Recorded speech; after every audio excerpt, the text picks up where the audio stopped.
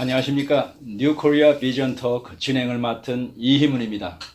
지난주에 이어서 우리 이상준 회장님을 모시고 대담 프로를 진행하겠습니다. 안녕하십니까. 또 뵙겠습니다. 감사합니다. 네, 지난 한 주간 잘 지내셨습니까? 예, 잘 지냈습니다. 예. 뭐 또 해외 나가야 되니까 네. 뭐 그런 거 준비하고 그러라고 좀 바쁘게 지내고 네, 있습니다. 그렇습니다. 네. 오늘은 우리 이 회장님 개인 라이프 스토리를 좀 듣는 시간을 갖도록 하겠습니다. 요즘에 젊은 사람들이 꿈을 잃은 그런 시대가 아닌가 이렇게 생각합니다. 왜 그런 생각을 하게 됐느냐 하면은 우리 가장 인기 있는 직종이 젊은 사람들에게 공무원이라 그러더라고요. 그래서 아니 전 세계에서 공무원이 꿈은 아닐 텐데 얼마나 사회 상황이 절박하면은 그냥 안전한 직업을 택한다 해서 공무원을 선택했다는 것은 참으로 우리 대한민국의 어른으로서 뭐 정치인들뿐만이 아니라 왜 우리의 어린 젊은이들이 저런 생각을 갖게 됐을까 이렇게 생각하면은 우리 어른들의 책임이 참 크다고 생각합니다. 그래서 지금보다 훨씬 어려운 성장 과정을 겪으셨는데 그런 때도 우리들에겐 꿈이 있었습니다. 그렇죠?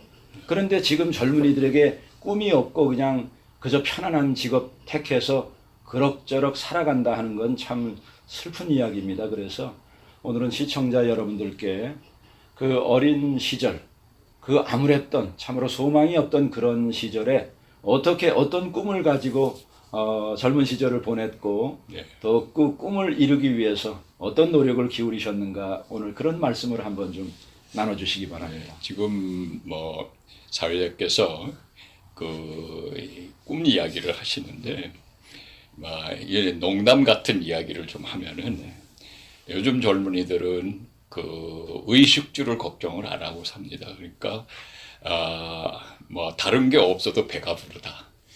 근데 우리는 1950년대, 60년대 전쟁과 그 이 사회 혼란이 극심한 시대에 살면서 사실은 직장도 없고 또 집에 들어가도 세 끼를 먹을 수 있는 여유가 없는 그런 가난한 시절을 살면서 그 배고픔을 오히려 꿈을 먹으면서 채웠다. 뭐 이렇게 내가 그 농담 같은 말씀을 드리겠습니다. 근데 사실은 그게 농담 같지만 그때는 지금은 젊은이들이 그 부모 세대가 이루어 놓은 거, 부모들이 가지고 있는 걸 가지고 일상생활을 하는 데는 아무런 어려움을 느끼지 않는 것 같아요. 근데 우리는 그 당시에 그 꿈마저 갖지 않았더라면 그 생존할 수 있는 의욕을 상실했을 겁니다. 배도 고프고 춥고 모든 것이 여의치 않은 사회 속에서 그래도 미래를 향한 꿈을 가졌기 때문에 우리는 용기를 가질 수 있었지 않느냐. 뭐 이런 역설적인 얘기지만 우리 젊은이들한테 그 시절에 우리가 가졌던 꿈의 이유에 대해서 말씀을 드리겠습니다. 그리고 저 개인적으로는 그 이제 뭐 중고등학교를 거치면서 나름대로 나의 인생의 미래를 위해서 내 미래를 어떻게 꿈꿀 것인가 그걸 위해서 나름대로는 고전 문학이나 고전 철학 이런 책을 많이 읽으면서 이제 그런 꿈을 키워보려고 노력했고 중학교 고등학교를 거치면서 그런 책을 통해서 내 인생을 보람도 있고 향기도 있는 그런 인생을 만들어야 되겠다. 그리고 뭐 우리가 쉽게 얘기하면 멋도 있고 맛도 있는 그런 인생을 살아야 되지 않겠느냐 이런 생각을 했습니다. 근데 과연 그러면 보람과 향기가 있는 인생이라는 건 무엇이겠느냐? 이제 이런 생각, 그런 의문을 안 가질 수가 없었어요. 근데 이제 칸트의 인생론을 보면은 그 나는 어디에서 왔는가? 그리고 나에게는 하나님이 어떤 섭리를 부여했는가? 내 인생에 대해서. 그리고 그러한 섭리를 실천하기 위해서 나는 어떤 사람이 되어야 되느냐? 어떤 역량을 갖춘 사람이 되어야 되느냐? 이거를 칸트의 인생론을 보면은 자기 자신을 돌이켜보는 이런 요약된 말이 있습니다. 그래서 사실 거기서 저는 많은 감명을 받았죠. 그래서 신이 나에게 부여한 나의 일생의 책무 또 신의 섭리를 나는 가난하고 불우한 사람들을 위해서 내 인생을 만들어 가야 되겠다. 네. 이제 그런 생각을 했고 내가 가난하고 불우한 사람을 위해서 내가 일을 하려면 나 자신이 먼저 나 문제의 해결을 하고 네. 그리고 남을 도울 수 있는 능력과 역량을 키워야 되지 않느냐. 이제 그런 생각을 했습니다. 그래서 이제 그 역량과 능력을 키우는데 실력을 키우는데 어떤 길을 택할 건가. 네. 이거를 정치를 통해서 권력의 길로 갈 건지 아니면은 학문을 통해서 지혜를 쌓을 것인지 아니면 뭐 기업을 해서 이 재력을 만들 건지 이제 여러 가지 몇 가지 생각을 정리하고 내가 택한 길은 기업을 통해서 나의 이성을 실천해 보겠다. 네. 그래서 뭐 기업을 통해서 흔히들 얘기하는 건 돈을 버는 걸로 생각하는데 기업이란 그 자체가 사회에 기여할 수 있는 하나의 힘이고 도구입니다. 네. 예, 그래서 기업을 하는 겁니다. 네. 기업을 통해 나 개인의 돈을 벌기 위한 게 아니고 기업의 역량을 키울수록 그 기업은 사회를 위해서 많은 기여를 할 수 있다. 네. 이거를 저는 그 20대 때 그런 정리를 해왔습니다. 네. 그래서 젊은이들에게 그 직장의 얘기를 우리가 꿈을 실천하는데 직장의 얘기를 하는데 그 직장이라는 것은 내가 이렇게 생각해 보면 직장을 생각하는 건 한 3가지 정도로 생각할 수 있어요. 네. 그 직장을 자기 인생을 실현하는 광장으로 네. 생각을 하고 자기 능력을 키우는 어떤 장으로 생각하고 하고 거기서 월급을 받는 거는 그런 생활을 하는 데 있어서 최소한도의 그 경제적인 뒷받침이다. 네. 이렇게 생각할 수 있고 또 그렇게 할 수 있는 기업이 있고 어떤 사람은 거기서 뭐 내가 누구를 위해서 봉사를 하고 또 그걸 위해서 내가 능력을 키우고 그런 게 아니라 그냥 난 돈만 많이 벌면 된다. 네. 또 그렇게 돈만 주면 되는 걸로 아는 직장도 또 있다. 네. 그러죠. 근데 저는 젊은이들한테 직장이라는 것은 내 인생을 실천하는 광장이다 이거죠. 그러니까 화가는 화판에다가 자기 머릿속에 그 떠오르는 구상을 네. 화판에 그림으로 표현을 합니다. 네. 또 음악가는 자기 감성에 떠오르는 음악적인 그 감성을 오선지에다가 음악적 언어로 표현을 하고 네. 그걸 악기를 연주해서 다른 사람에게 전달을 네. 합니다. 기업가는 기업을 통해서 나의 이생을 실현하고 그 화가가 그림을 그듯이 기업을 통해서 나의 이상과 꿈을 실천해가는 그런 장이고 그런 도구지 기업 그 자체를 크게 만드는 것이 궁극적인 목적은 아니다. 네. 그러니까 우리 젊은이들이 직장을 선택할 때도 과연 이 직장이 그 나의 이상과 꿈을 나의 인생의 이상과 꿈을 실천해 갈 수 있는 그런 장이 되고 네. 또 그런 장으로서 나에게 그 미래를 열어갈 수 있는 능력과 실력을 양성시켜 줄 수 있는 그리고 또 그런 경험을 쌓을 수 있는 그런 직장인가 이런 생각을 좀 해줬으면 좋겠고 네. 그 이제 공무원이 되면 봉급도 많이 받고 나중에 정년 퇴직하면 물론 연봉으로 그 여행도 다니고 좋습니다. 네. 그렇지만 인생은 그 즐기는 것만으로 끝나는 건 아니다 이거죠. 네. 내가 이 세상에 왔던 어떤 의미를 찾아야 된다. 그 의미는 신이 나에게 태어날 때부터 부여한 임무와 섭리가 있을 것이다. 네. 그거를 찾아서 그걸 실천하는 그런 꿈을 갖고 그 꿈을 실천할 수 있는 직장을 선택하는 도록 하고 그러기 위해서 인내와 용기를 가져야 된다고 생각합니다. 네, 아주 좋은 말씀 감사합니다. 우리 어렸을 때 꿈에 대해서 이렇게 물어보면은 여학생들은 선생님, 예. 교사, 그다음에 간호원, 네. 그 우리 남자애들은 장군, 네. 국회의원, 예. 대개 이제 이런 거를 꿈이라고 했던 시절이 많았거든요. 예. 저희 아들은 미국에서 태어났지만 네.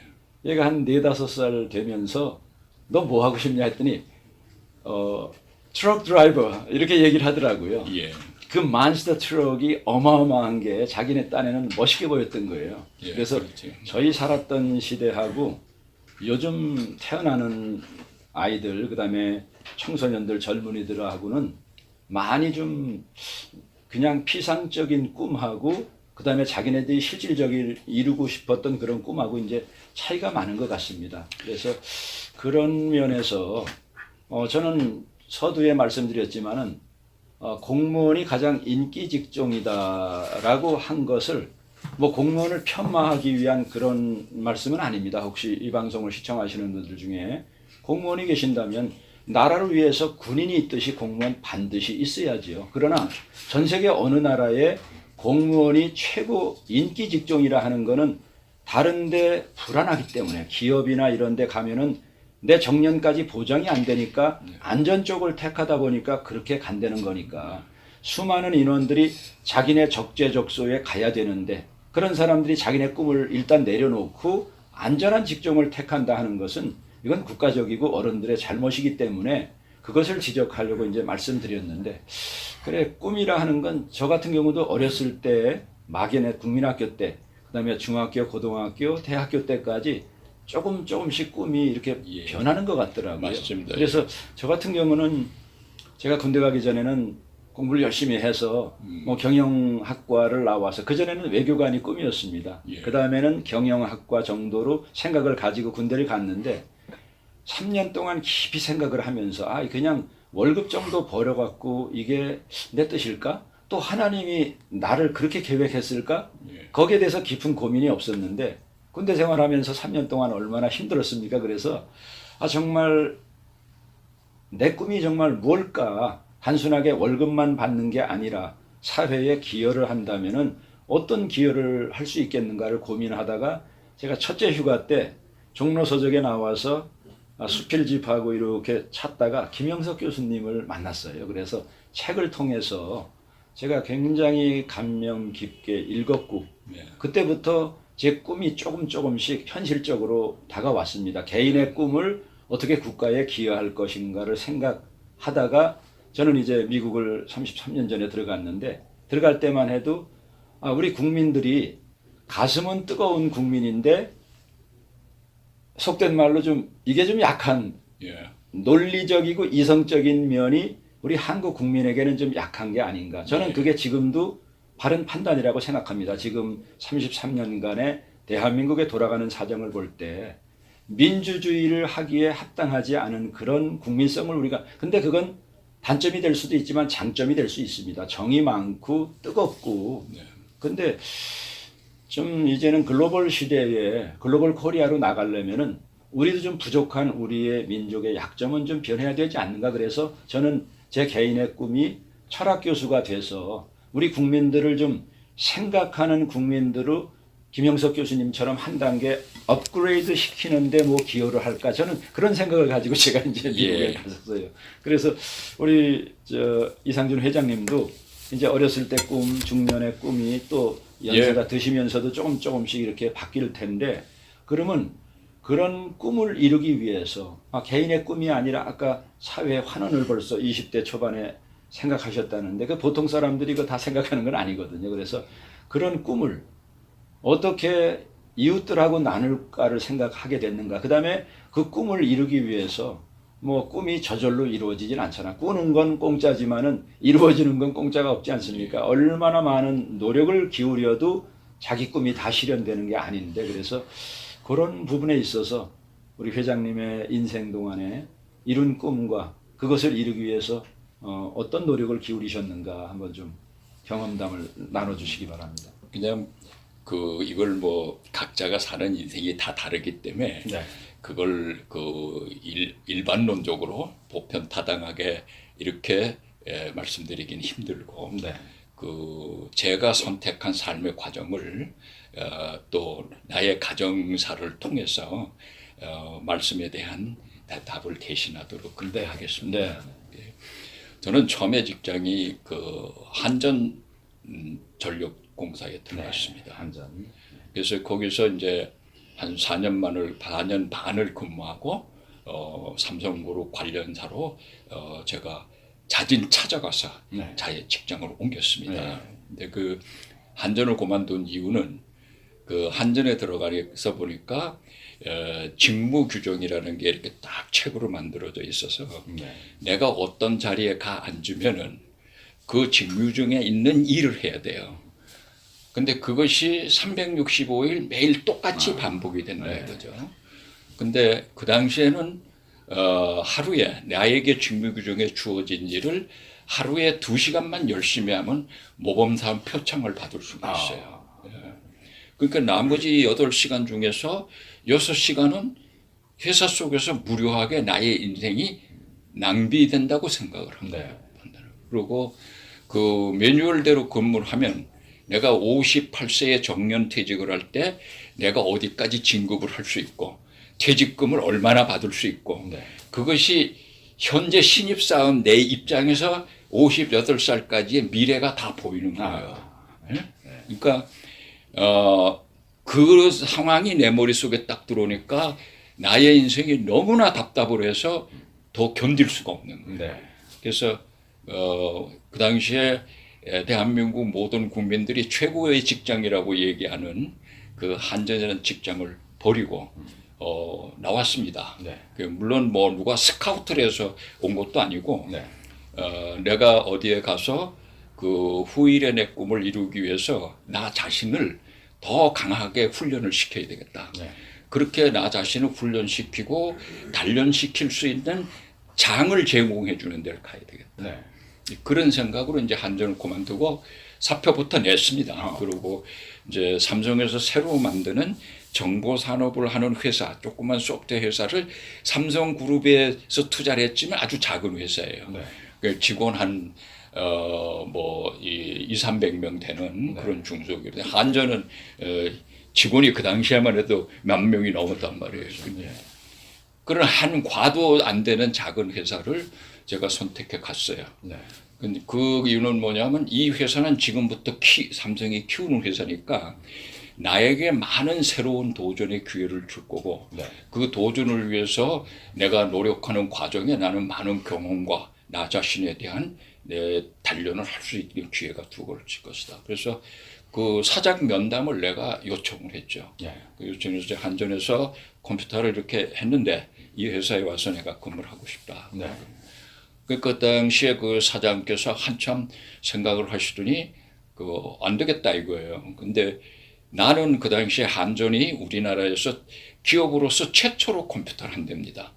통계청에 컴퓨터가 들어오고 그 다음에 한전이 들어왔어요. 그 공무원이 아닌 입장에서는 우리가 최초죠. 그러니까 그 당시에 뭐 칼이 그 지금 대한항공이 컴퓨터하고 그러니까 은행이 각자 하고 그래서 제 경력이면 한전 본국에 1.5배 내지 2배를 받고 갈 수 있는 스카우트 요청이 막 있었어요. 그렇지만 한전전자계산서나 은행전자계산서나 그 대한항공 전자계산서나 내가 한전을 떠나는 이유에 대한 답을 못 주는 거죠. 한전전자계산 똑같다 이거죠. 그러니까 저는 그런 그 내부의 일을 그냥 앉아서 임무 수행하는 그런 게 아니라 새로운 것을 내가 도전하고 개척하고 그런 기회를 주는 데를 찾아야 되겠다. 그거는 그 회사만을 위해서 내가 도전하고 노력하고 땀 흘리는 게 아니라 후일에 나의 꿈을 실천하기 위한 나의 능력을 키우기 위한 그 능력을 키울 수 있는 기회와 동기부여를 어디서 해줄 거냐. 그래서 저는 생긴 지 1년 반밖에 안 되는 그런 조그만 회사 사장을 내가 찾아갔어요. 그랬더니 사장께서 자기 못 보겠다 이거예요. 그래서 저는 다른 데 가면 이렇게 월급 받을 수 있는데 여기에서 이 회사 규정대로 주는 직책에 주는 봉급, 그래 한전보다 봉급이 적어도 좋습니다.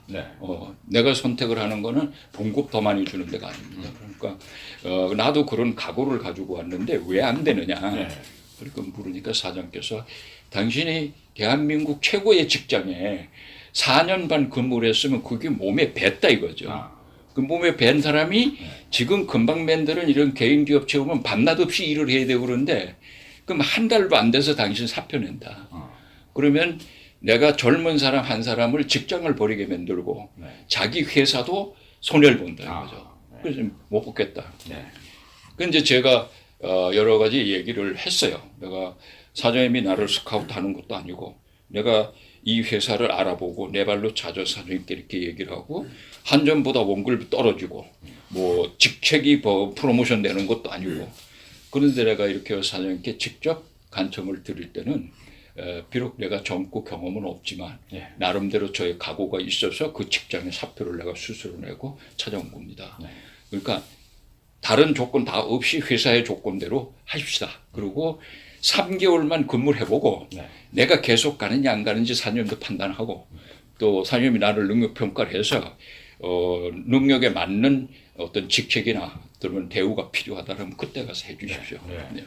네. 그렇게 해서 그 직장의 사장님의 마음을 바꿨어요. 그래가지고 이제 그 직장에 들어가서 제가 지금까지 이제 정보산업 분야에서 일을 하는 계기가 됐고 그때 만난 그 사장님이 네. 면접 때 말씀하신 바와 같은 그런 인품.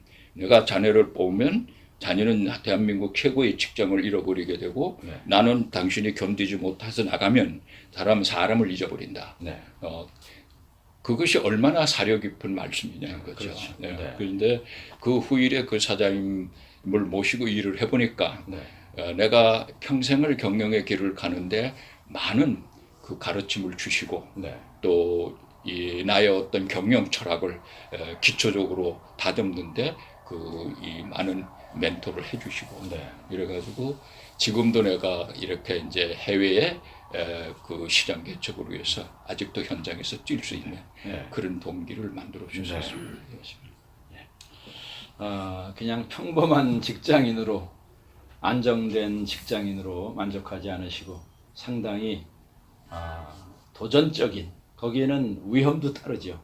과연 예. 그 다음 직장을 가서 내가 성공할지 아니면 상당한 기간을 방황을 하고 헤맬지 모르는데 참 쉽지 않은 길을 택하셨는데 그게 저는 인생을 살아가면서 우리가 이 세 가지를 만나면 참 행복한 거고 성공이다. 뭐 성공의 기준이 다 다르겠지만은 그래도 좋은 스승을 만나야 하고 그 다음에 좋은 배우자를 만나야 되고 또 좋은 친구를 만나야 이게 진정한 의미의 성공이 아닌가 이런 얘기를 우리가 많이 듣지 않습니까? 그래서 저는 그런 것 중에 뭐 다 얘기하려면 시간이 기니까 그 중에 저는 좋은 스승, 뭐 학창 시절의 스승이 될 수 있고 아니면 직장 생활하다가 인생의 사업의 선배가 될 수도 있습니다. 그래서 저는 이렇게 제가 가까이 하는 분들 중에 이렇게 성공하신 분들 보면은 좋은 인생의 스승들, 멘토들이 꼭 있더라고요. 그래서 그분들의 잠재력을 미리 알아보고 어떤 분들은 아주 집중적으로 혹독한 훈련도 시키셨고 그런 게 그 당시에는 참 힘들었을지 몰라도 나중에는 큰 인물로 자라나는데 참 도움이 됐던 경우를 저도 조금씩 그런 경우가 있는데 그럼 우리 이 회장님께서는 그런 멘토, 저 이런 분이 뭐 한 분이 될 수도 있고 여러 분이 될 수 있는데 나의 인생에 정말 가장 큰 영향력을 주고 나를 이렇게 더 잠재력을 발휘해서 사회에 필요한 인물이 되게 했던 그런 멘토가 있다면은 어떤 분이 계시고 또 어떤 훈련을 멘토에게 받으셨는지 그런 부분이 또 우리 방송을 시청하시는 분들, 특히 젊은 분들에게는 도움이 많이 될 것 같습니다. 저는 이제 그 평생에 나의 스승을 세 분을 꼽습니다. 네. 뭐 첫째는 이제 우리 부모님이죠. 우리 부모님이 스승이라고 할 수는 없을지 모르지만 그 사회생활에 대한 기본 자세, 내가 어렸을 때에 감수성 깊을 때 기본 자세를 가르쳐 주셨고, 그 다음에 이제 두 번째는 그 고등학교 때 이 독일어를 가르치는 교수 선생님이 계셨는데 그분이 그 모 대학의 철학과를 나오신 분이에요. 그래서 그분께서 많은 이 정신적 사상적 이런 어떤 영향을 저한테 줬습니다. 그래서 그것이 내가 평생에 인생을 살면서 바닥에 내가 깔고 있는 나의 삶에 대한 철학의 기반이 됐다고 볼 수가 있고 그 위에서 싹이 튼 거죠. 그 다음에 지금 조금 전에 말씀드렸던 제가 회사를 선택해 찾아갔던 전혀 일면식도 없었던 그 사장님이 그 이후에 작고하실 때까지 저의 사회적 그 스승으로서 멘토를 해주셨어요. 그래서 제가 그분을 만나면서 그분께서 이제 저를 맞이해 주시고 회사에 그 다음에 이제 많은 항상 매일 불러서 대화를 해주시는 거예요. 직장에 있으니까. 근데 이제 저한테는 큰 행운이었던 게 초창기 회사에서 그 사장님과 저 사이에 중간 관리자가 없는 거예요. 사원인 저하고 사장님하고 직접 임무를 받고 보고를 하고 또 꾸지람을 듣고 이제 이랬죠. 그래서 그런 과정 속에서 그 많은 지적을 받고 그 지적을 내가 극복하기 위해서 다음에 들어갔을 땐 내가 이런 지적을 받지 말아야지. 그럼 내가 이번에 지적을 받은 이유가 뭐지? 이걸 따져보는 거죠. 그럼 이런 데서 사장님의 생각과 내 생각이 차이가 있었구나. 그럼 이걸 내가 좁혀야 되겠다. 이제 그런 노력을 많이 했습니다. 그러다 보니까 한 5, 6년 되니까 그 다음엔 제가 품잇을 써가지고 들어가면 사장님이 지적사항이 없어지는 거예요. 이걸 매일 그런 생각을 하고 써가지고 들어가니까. 그리고 이제 사장님께서 지적하는 걸 자꾸 들으니까 사장님의 뜻이 뭔지를 배우는 거죠. 그 사장님의 경영적 판단 이 패턴과 경영적 판단에 필요한 지식과 그 경험 이런 게 뭐구나 하는 걸 관심을 가져 보니까 자꾸 알게 되는 거예요. 그럼 나도 이제 그게 내 지식이 되니까 똑같은 사안을 놓고 판단을 할 때, 결정을 할 때 사장님과 같은 결정을 할 수 있는 그게 자꾸 가까워지는 거죠. 그러고 이제 내가 사장에서 부장에서 이사로 진급을 할 때, 저를 이제 이게 부장과 회사에서는 그 그룹이 주주 그룹, 그 다음에 경영자 그룹, 그 다음에 이제 직원 그룹이 있잖아요. 그 직원에서 경영자로 가는 거는 완전히 이 경영적 사고 자체가 달라져야지 됩니다. 그러기 때문에 이제 삼성 같은 데서는 부장에서 임원을 선택할 때 100가지를 체크한다는 리스트가 있습니다. 100여 가지를 체크해서 선택한다. 그러니까 부장에서 일을 잘한다고 해서 임원이 될 수 있는 건 아니에요. 임원의 조건을 갖춰야 된다. 그죠? 그래서 그 조건을 갖춰주기 위해서 우리 사장님께서 저를 1년 동안 자기 차 뒤에 옆좌석에다가 자기 차를 본인의 차를 제 집에 보내는 거예요.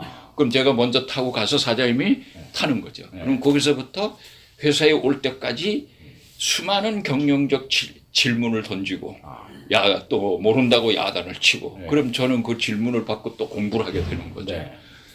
그래서 이제 1년쯤 되니까 사장님께서 이젠 됐다. 그러면서 차를 한 대 별도로 사주시면서 이제 이걸 타고 다니라.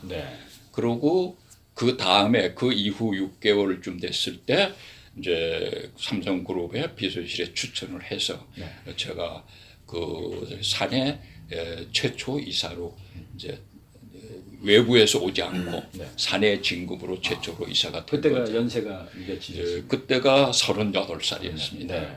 38살이었고 이제 그 이후에 제가 이제 영향을 많이 받은 분은 한전을 처음 나와가지고 삼성에 갈 때 무슨 문제가 있어가지고 한 9개월 정도 현대에 있은 적이 있습니다.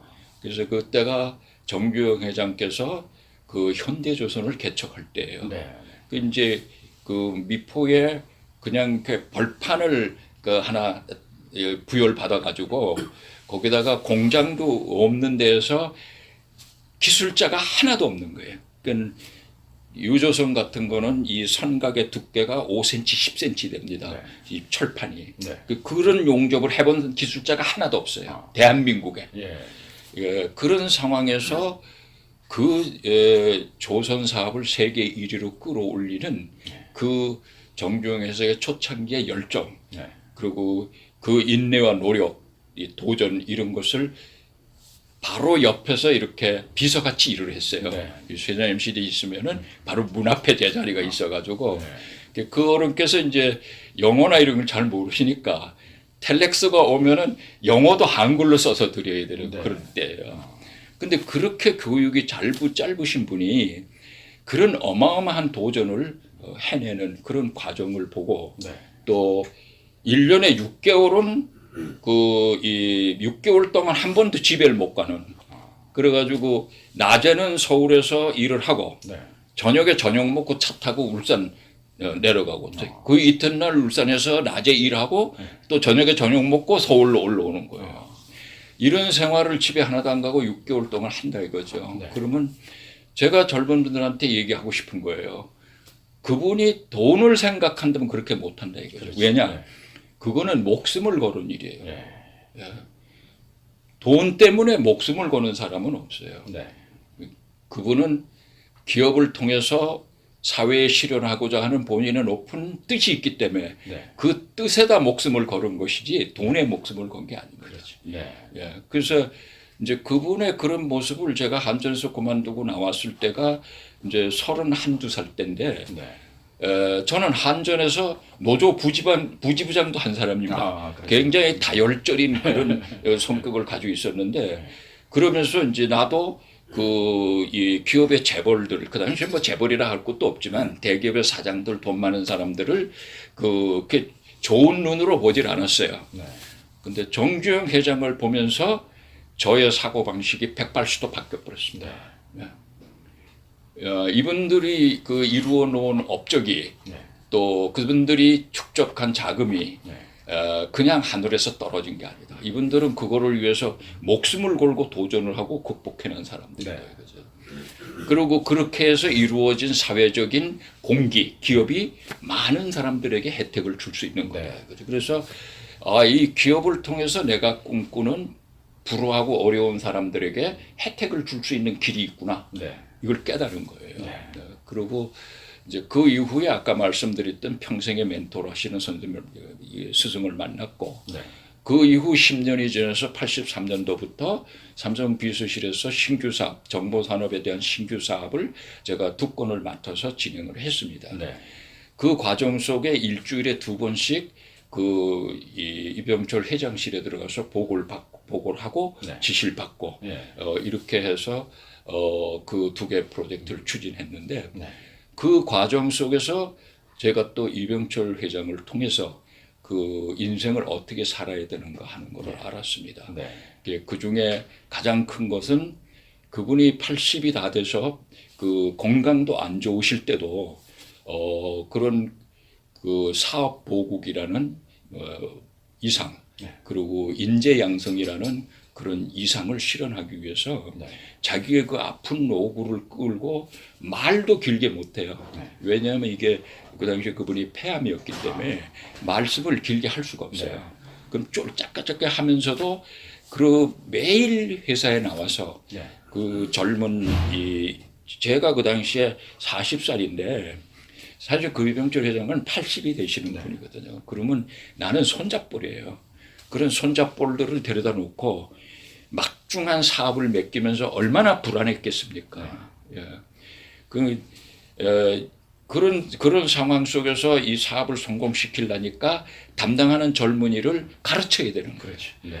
그래서 나와가지고 사업 계획을 검토를 하는 게 아니라 사실은 그 프로젝트를 맡길 그 젊은 담당자를 교육을 시키는 겁니다. 그 회장실이. 네. 예. 그렇게 해서 그 사업에 대해서 담당자가 충분히 인지가 됐다. 그때 사업을 승인해요. 네.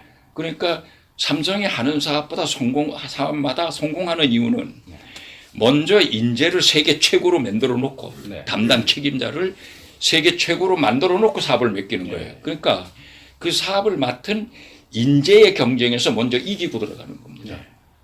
그래서 삼성이 사업마다 성공을 할 수가 있는 거예요. 그래서 그분께서 그런 고령에도 불구하고 그 자기의 이상과 꿈을 실천하기 위해서 참 그런 육체적으로 건강이 허락하지 않는 그런 어려움 속에서도 매일 나와서 그 젊은 사람들을 지도하고 가르치시면서 그 자기 죽는 날까지 혼연의 임을 다하는 그런 모습을 보면서 나도 앞으로 80이 됐을 때 인생을 어떻게 살아야 되겠나 이런 생각을 제가 해봤습니다. 네, 감사합니다. 지금까지 우리 이상준 회장님 모시고 개인의 꿈과 라이프 스토리 또 멘토 여러 가지 이야기를 들어봤습니다. 우리 잠시 쉬었다가 우리 2부 순서에 다시 여러분들 뵙겠습니다. 감사합니다. 감사합니다.